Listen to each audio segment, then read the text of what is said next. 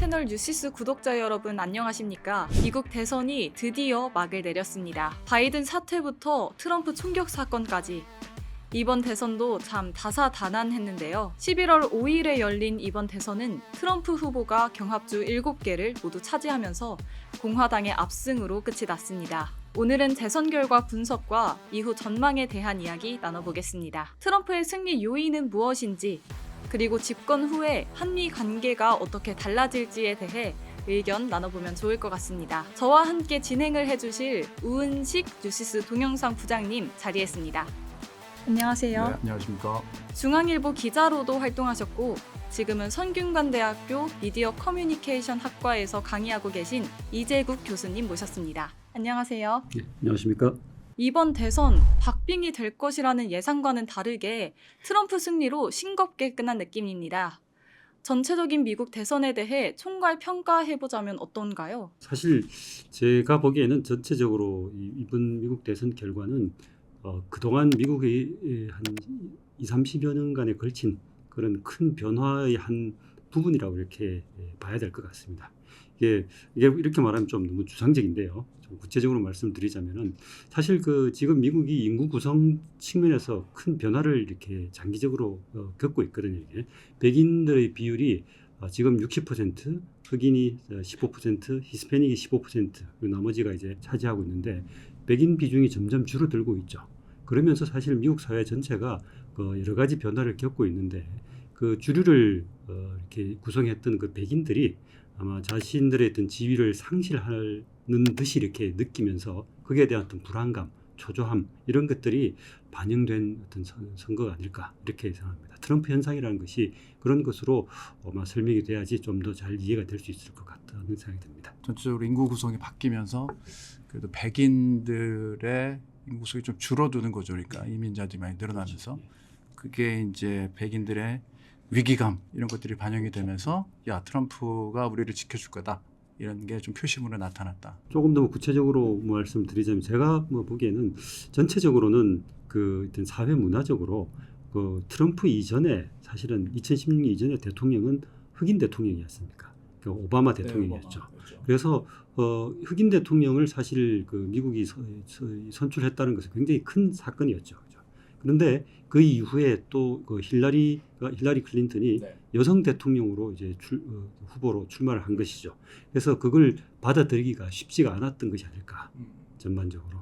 그래서 물론 주류 백인들도 변화의 어떤 흐름 이런 것이 다양하게 이렇게 변화하는 그런 것들이 거스를 수는 없다고는 생각하지만 너무 급격하다. 자기들의 어떤 지위가 너무 급격히 좀 뭐라 그럴까요? 훼손당한다는 어떤 생각을 한 것 같아요. 그래서 사회 문화적으로 그런 측면이 있고, 그 다음에 이제 두 번째로는 대외적으로 어떤 중국이 부상한 것이 지난 한 20-30년간의 어떤 중요한 변화잖아요. 그죠?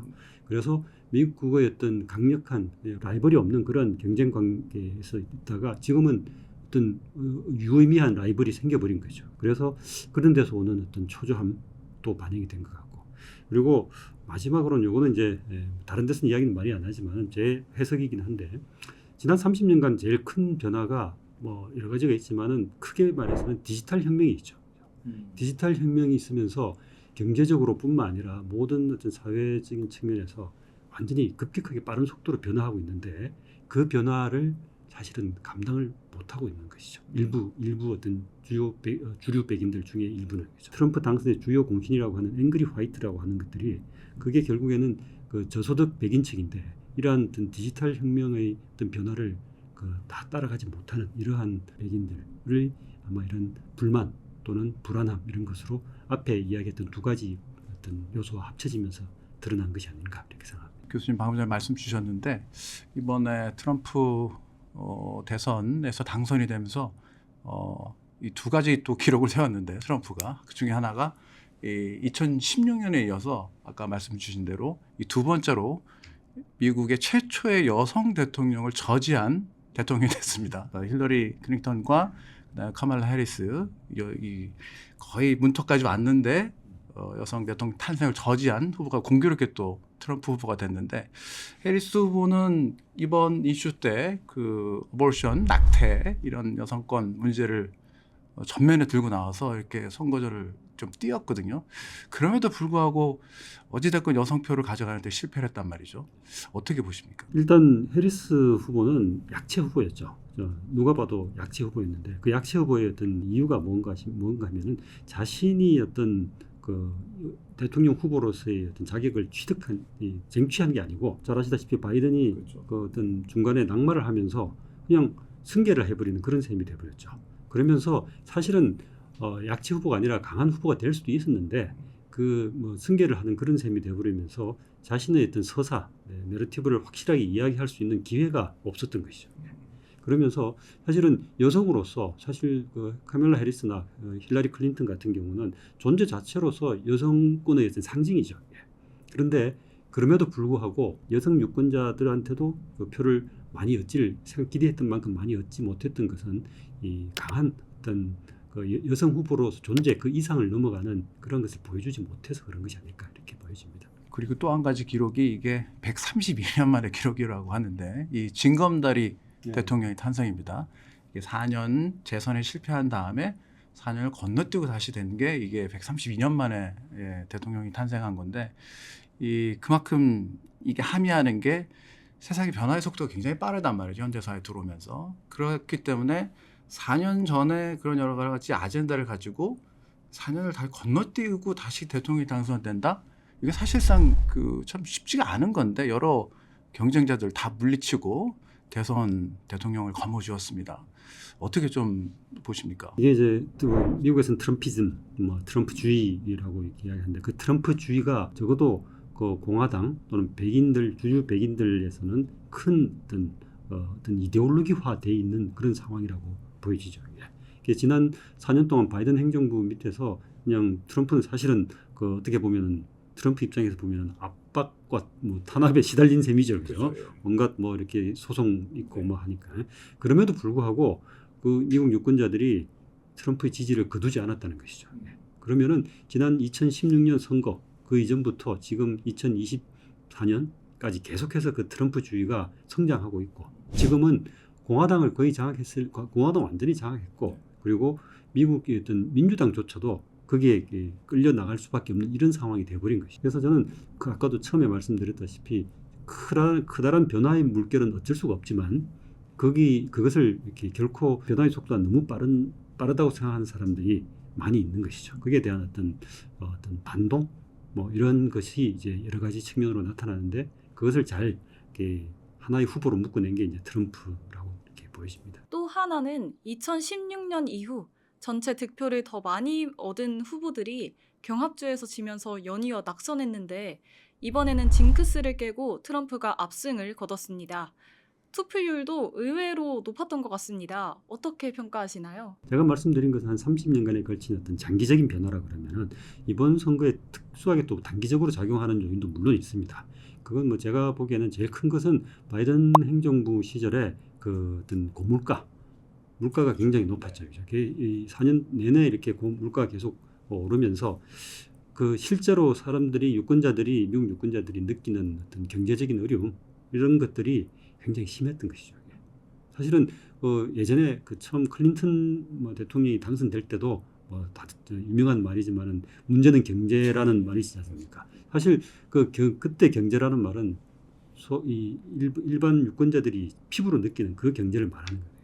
근데 이제 거시 경제가 어떻든 이런 거하고는 전혀 상관없이 물가가 너무 비싸지면 사람들은 그렇게 힘든 것이죠. 그래서 그런 것들이 또 단기적으로 작용을 하는 것이 아닐까 이렇게 생각합니다. 교수님 말씀 주신 대로 이 전체적인 선거의 양상이나 그다음에 그 인구의 구성의 변화 이런 것들이 사전 투표율에 좀 나타나는 것 같아요. 2020년에는 이제 팬데믹이라고 하는 독특한 상황이기 때문에 사전 투표율이 당연히 높을 수밖에 없었는데 이번에 그런 상황도 아님에도 불구하고 사전 투표율이 굉장히 높았거든요. 결국 이제 젊은 주권자들 공화당이든 민주당이든 젊은 사람들이 투표장에 많이 나왔다. 요즘 현대 선거는 또 미디어전이라 요 문제를 좀 짚어봐야 될 것 같은데 이번 대선을 또 앞두고 각종 여론조사들이 선거 막바지에 굉장히 박빙이다. 일부 경합주에서는 심지어 뭐 텍사스 같은 경우에 막판에 뭐 해리스가 앞선다 이런 뭐 사실상 지금 지나가 보면 오본데 이런 여론조사들이 많이 나왔습니다. 이게 왜 이렇게 이번에도 예상을 빗나갔는데 여론조사 왜 이렇게 못 맞히는 겁니까? 기본적으로 여론조사는 틀릴 수밖에 없는 것이고 이게 미국 뭐 이 어떤 선거 제도 자체가 우리 같이 이렇게 직선제로 해서 다 모으는 이런 투표가 아니다 보니까 여론조사가 그 결과로 이렇게 이 실제 결과하고 괴리되는 경우가 더 많이 발생을 합니다. 근데 일단 가장 그 근본적인 이유는 뭐 표본의 어떤 실패죠. 표본에서 추출할 때 그 편향이 발생을 한 거죠. 그 말은 무슨 말인가 하면은 트럼프 지지자들이 이 트럼프를 지지한다고 이야기하는 사람들 충분히 이렇게 뽑아야 되는데 그렇게 뽑히지가 못했던 것이죠. 숨어 있었군요. 트럼프. 다른 말로 하면 샤이 트럼프죠. 그런 사람들이 그러면 2016년에도 있었고 2020년에도 있었는데 이번에도 또 왜 그걸 보정을 못했냐 하는 이렇게 그런 어떤 문제 제기가 있을 수가 있는데 그 말은 무슨 말인가 하면 그 샤이 트럼프가 뭐 그전보다 더 많아졌다고 봐야 되는 거예요. 보정을 했음에도 불구하고 보정한 것 이상으로 더 네. 늘었다는 거죠. 그 말은 트럼프 지지자가 더 많아졌다는 말이죠. 기본적으로 그 샤이 트럼프들은 뭐 이런 정서입니다. 그 어떤 사람들은 우리는 난 트럼프가 이 나쁜 사람이라는 거 안다. 그 별로 도덕적이지 않다는 것도 안다. 그래도 그 사람이 당선되면은 이런 잘하는 것 같아. 뭐 이렇게 이야기를 합니다. 근데 이런 사람들이 여론조사에서 나 트럼프를 지지한다 이렇게 말하지는 않는다는 것이죠. 저희 특파원이랑 전화 연결을 한번 했었는데 그 지역의 그 유권자들이 이런 말을 했답니다. 아니 뭐 트럼프 성격 안 좋은 건 사람들이 다 한다. 그래도 해리스보다는 그래도 트럼프가 그래도 좀 우리를 먹고 살고 게 좀 경제를 좀 좋게 만들지 않겠냐. 중국을 제대로 견제하려면 트럼프다. 이런 얘기를 한다고 하더라고요. 별로 이제 도덕적인 후보 이런 거는 별로 트럼프에 기대를 안 하는 거죠. 이미 그거는 이제 다 지나간 이야기고 볼장 다 본 그런 거라고 이렇게 생각하니까 뭐 더 이상 이야기할 게 없는 거죠. 네, 선거 전략도 빼놓을 수 없을 것 같은데요. 마가라고 하죠. Make America Great Again. 이 슬로건을 또 들고 나왔던데 어떻게 생각하시나요? 저 마가라는 것이 미국을 위대하게라는 말이잖아요. 그죠? 그 말은 미국이 위대하지 않다는 것을 전제하고 있는 거예요. 지금 한때는 위대했는데 지금 미국이 위대하지 않다. 다른 말로 하면 위협을 받는다는 것이죠.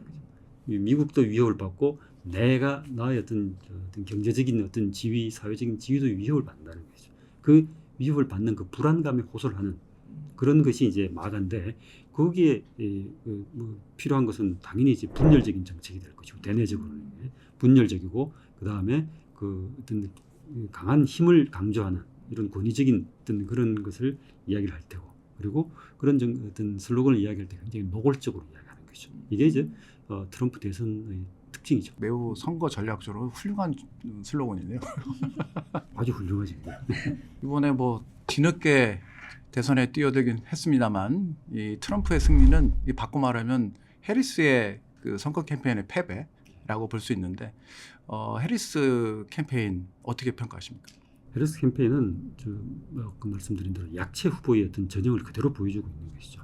약체 후보가 뭐 처음부터 약체 후보라는 것이 아니라 강하게 이렇게 강한 후보로 뜰 수 있음에도 불구하고 그 기회를 놓쳐버린 것이죠.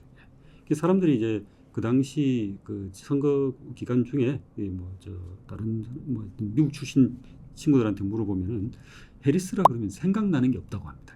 해리스 그러면은 여성이고 흑인 인도계 쪽이고 근데 생각이 드는 거예요. 특징적인 어떤 컨텐츠가 없군요. 네. 이게 사실은 바이든 행정부의 부통령으로 4년이나 있었으면서도 부통령으로서 어떤 성과라는 것이 거의 우리 귀에 머리에 떠오르지도 않고 그 다음에 앞으로 뭘 하겠다고 하면서 어떤 구체적인 것도 제시를 못한 거죠. 물론 제시를 했겠지만 그게 유권자들의 귀에 들어오지 못하게 충분히 못 들어오게 한 그런 어떤 전략적인 실패가 있었던 것이죠. 근데 그게 저는 후보 자체가 잘 못해서 그런 것이라기보다는 미국 민주당 전체의 어떤 실패라고 보여집니다. 그리고 미국에서는 기본적으로 경선을 거치면서 후보가 진짜 강해지는 그러한 어떤 과정을 거치는데 해리스는 그런 과정이 없이 이렇게 됐기 때문에 유권자들 입장에서는 저 사람 갑자기 그냥 감 떨어진 거 작업 받아 먹은 거 아니야 하는 생각을 하게 된 거죠. 트럼프 재집권 시즌2 시대가 열리는데 가장 큰 변화는 어떤 것이 될까요? 오늘 뉴스 보니까 트럼프가 공언한 대로 정부 효율부 수장에 일론 머스크를 임명했습니다. 역시 파격적인 것 같은데요. 기본적인 어떤 우리가 트럼프 일기 때 봤던 그것과 별로 차이는 없을 건데 방향이라든지 이런 건 차이는 없을 것 같은데 그때보다 훨씬 더 강하고 노골적인 어떤 모습이 되지 않을까 이렇게 생각합니다. 가장 뭐 근본적인 이유로는 이제 트럼프는 다시 이 선거에 나올 일은 없지 않습니까? 그렇죠. 그러니까 눈치 볼 게 이제 더 이상 없는 거죠. 그러니까 자기가 기본적으로 역사 속에 이제 남는다 이렇게 생각을 하고 역사적인 어떤 업적을 내려고 여러 가지 정책을 취할 건데 그 어떤 정책을 취하는 방향은 어떤 그 전에 일기 때 했던 방향과 거의 비슷할 텐데 그 방식이 훨씬 더 노골적이고 훨씬 더 일방적이고 아마 더 이 권위적인 방식이 아닐까. 일기 때도 저희들 뭐 깜짝깜짝 놀랐는데 막 자고 일어나면 협정 파기하고 뭐 맨날 사인하고 이제 2기 때는 뭐 더 놀랄 일밖에 없군요. 이제는 말씀 주신 대로 이제 뭐 재선 도전할 일도 없고 눈치 볼 일도 없고 또 게다가 이번에 교수님 말씀 주신 대로 이제 시대에 큰 변화가 좀 일어난 것인지 모르겠지만 이 상원 하원은 도 지금 이 같이 이번에 선거 치러졌는데 모두 공화당이 장을 했습니다. 레드웨이브가 사실상 실현이 됐는데 이렇게 되면 뭐 더 강력해진 트럼프가 다시 이제 스트롱맨이 돼서 돌아오게 되는데 통치 스타일에 좀 변화가 있을까요? 어떻게 좀 보십니까? 이제는 뭐 눈치 볼 게 없으니까 오히려 좀 안정적인 통치 스타일 이렇게 가지 않을까요? 이렇게 전망하는 전망가들도 있는. 뭐 대내적으로 민주당과 어떤 뭐 이렇게 충돌하는 이러한 측면은 그 사실은 그 전이나 뭐 지금이나 별 차이는 없을 겁니다. 그런데 이 상하와 양원 다 장악을 해버리고 지금 그 대법원까지 이미 다 장악을 해버린 상태이기 때문에 사실은 그 트럼프 입장에서는 진짜 아무것도 눈치 볼 게 없는 거죠. 그래서 변화라면은 아마 그 전보다 훨씬 더 강력해질 것이다. 강하고 훨씬 더 일방적이 될 것이라는 거죠. 바이든도 그 바이든 처음 뭐 출범할 때 그 상하 양원 다 장악을 했었습니다. 근데 바이든은 스타일이 그런 게 아니었지 않습니까?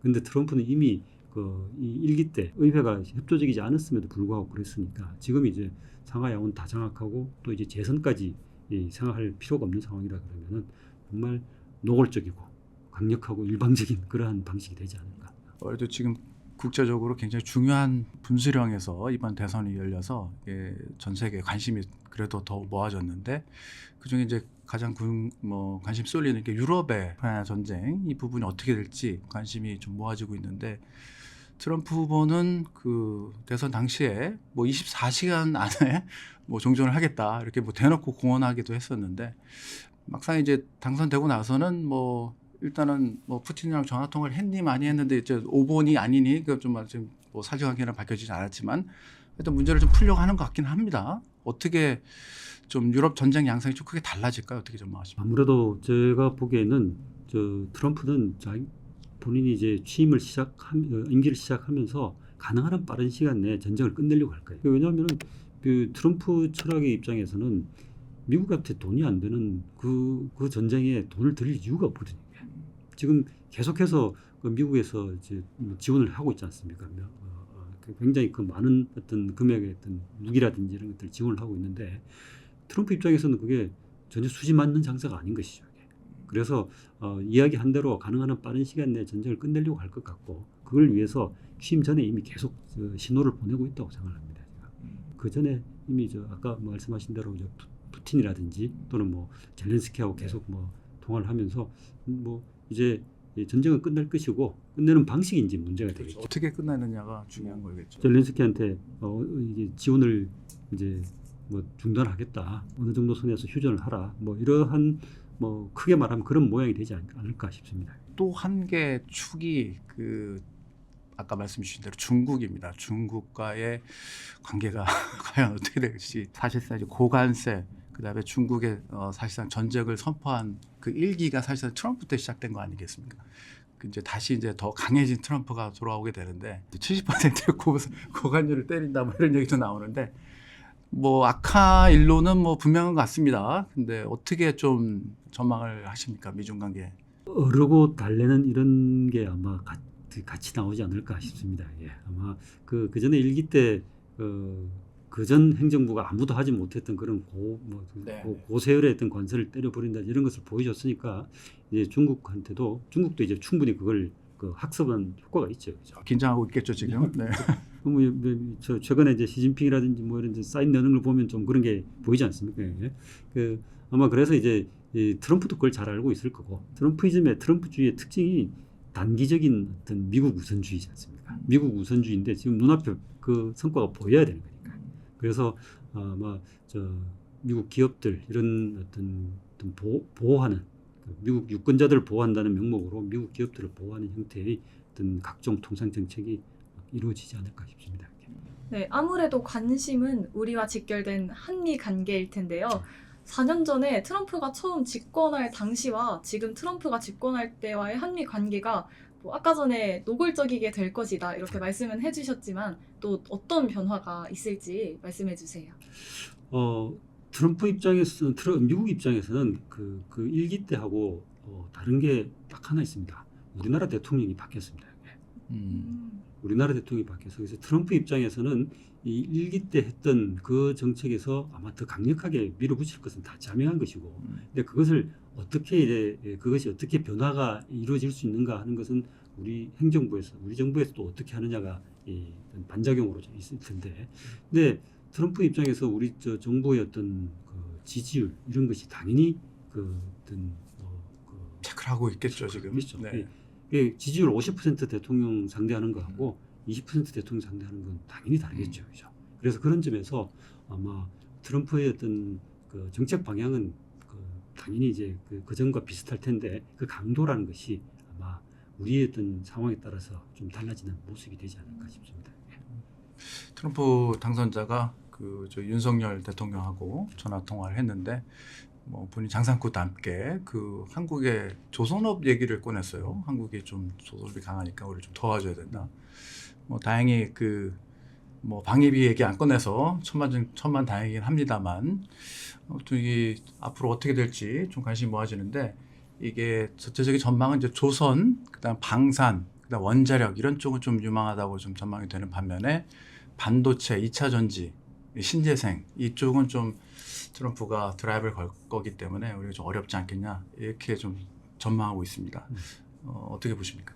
뭐 그런 전망들이야 당연히 뭐 여러 전문가들이 내놓고 있으니까 사실은 뭐 저도 대체로는 동의하는 편인데 그 조선업 그 협조 이런 것은 사실은 그 중국을 겨냥한 것이죠.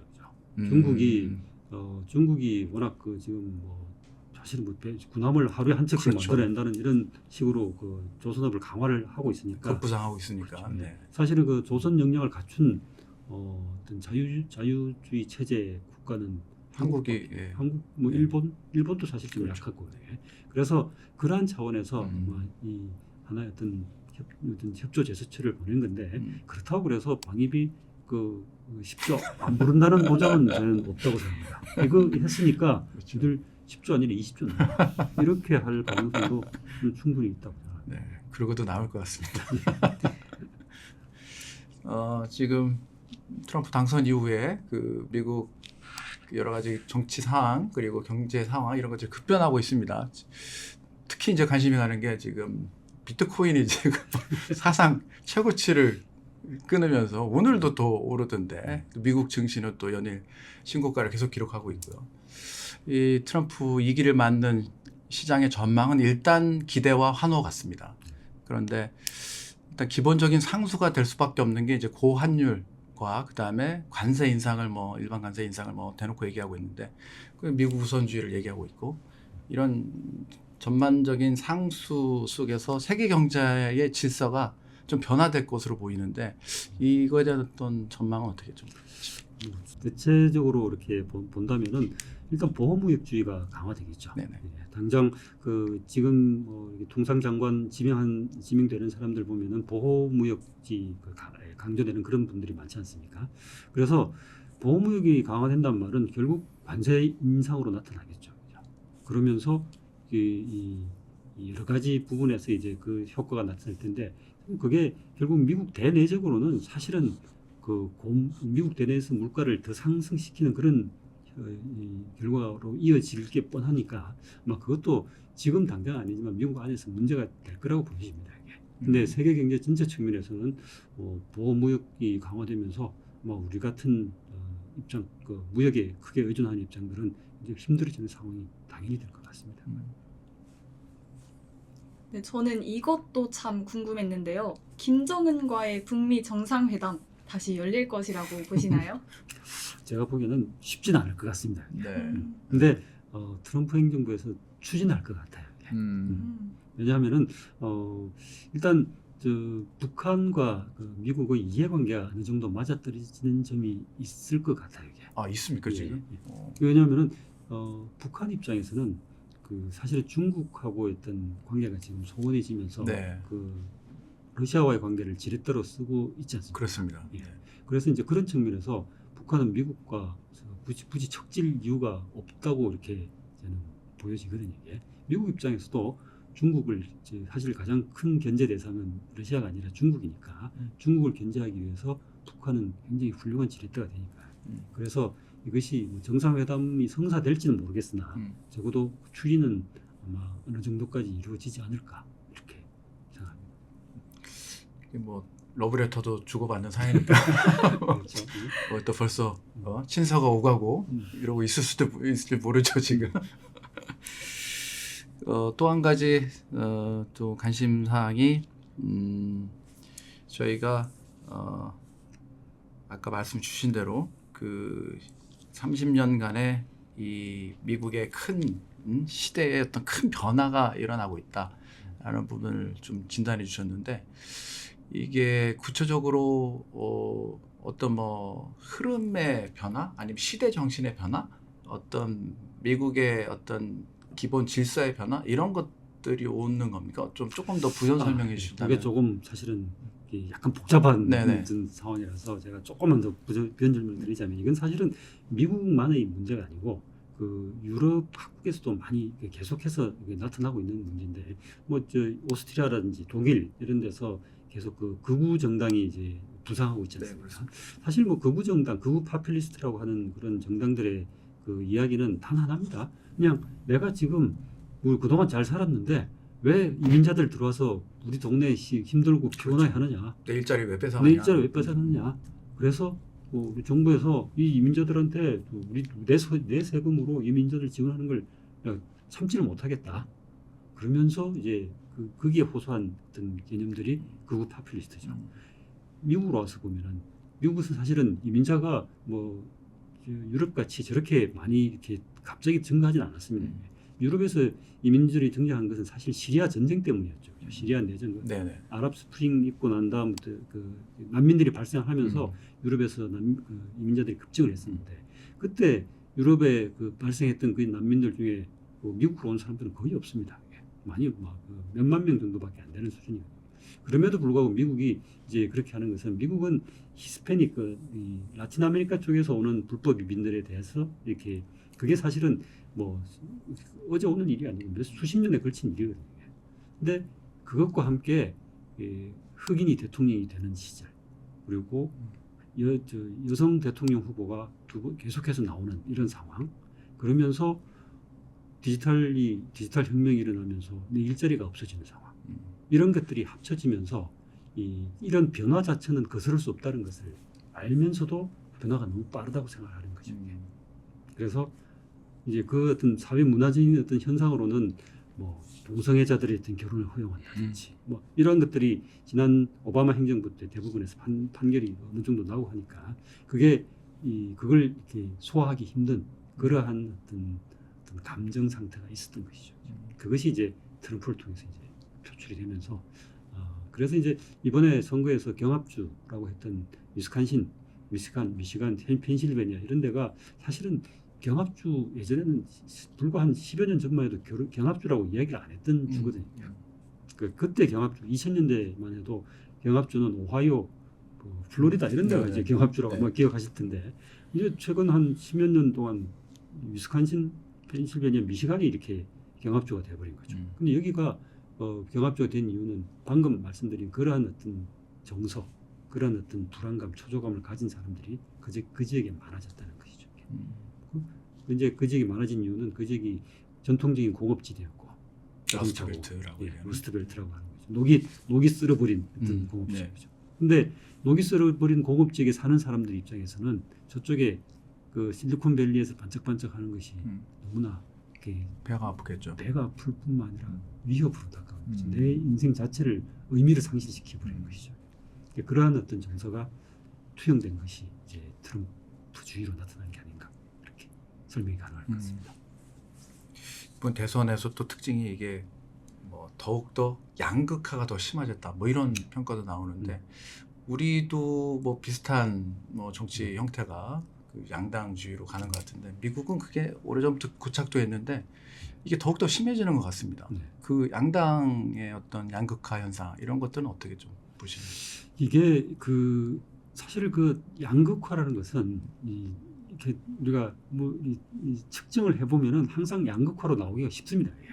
왜냐하면은 그 뭐 한 정당에서 압도적인 그러한 어떤 나라가 아닌 다음에야 지금 양당제도 양당이 비슷하다 그러면은 양쪽으로 이렇게 쭉 갈라지는 건 어떻게 보면 당연한 것이죠.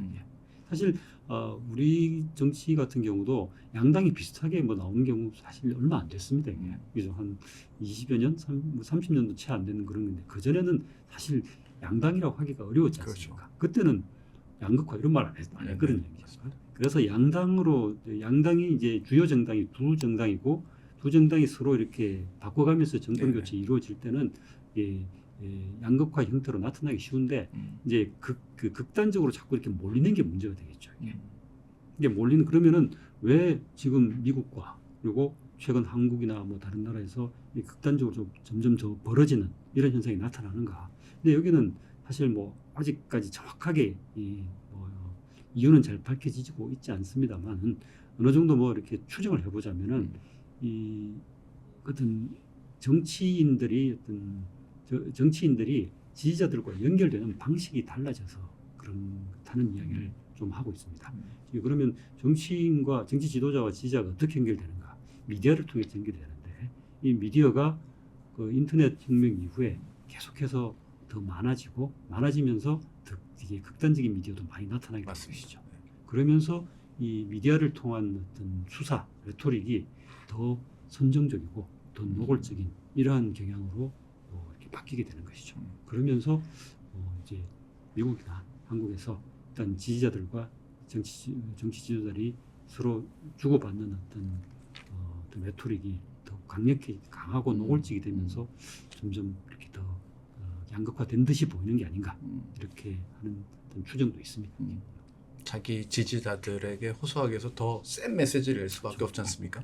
또 거기에 또 환호하게 되고 또 그런 것만 또 눈에 들어오고 그러면서 점점 양극화되는군요.